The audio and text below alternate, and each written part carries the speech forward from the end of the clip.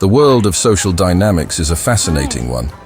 It's filled with terms and labels that attempt to categorize our behaviors, our tendencies, and our ways of interacting with the world around us. Among these terms, alpha, beta, and sigma are perhaps the most discussed. But what do they really mean? And more importantly, how can you identify where you stand in this spectrum? Today we're going to dive deep into the characteristics that might suggest you're leaning more towards the beta side than the sigma. This isn't about judgment, but about self-awareness. So let's embark on this journey of understanding. 1. Seeking validation.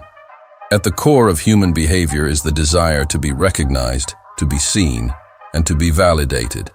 From the time we're children, we seek the approval of our parents, our teachers, and our peers. However, as we grow and mature, the sources and reasons for seeking validation evolve. If you find yourself constantly on the lookout for external validation, it's a sign of beta behavior. This isn't about the occasional desire for recognition. It's about a deep-seated need to be acknowledged. It's about doing things, not because they align with your values or passions, but because they might earn you a nod of approval or a moment in the spotlight. But why is this a beta trait? Sigmas, often described as the lone wolves of the social hierarchy, are characterized by their self-assuredness.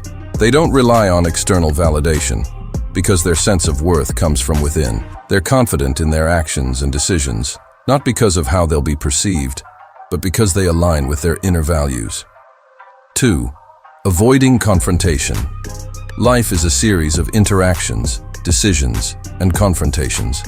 Every day, we're faced with situations that challenge our beliefs, our values, and our boundaries. How we respond to these challenges speaks volumes about our character. Avoiding confrontation is a classic beta behavior. It's not about choosing one's battles or seeking peace. It's about consistently sidestepping issues, even when they directly impact you. It's about letting others overstep your boundaries without voicing your discomfort. Sigmas, in contrast, are not confrontation seekers, but they're not avoiders either. They address issues head-on, not out of a desire for conflict, but from a place of self-respect.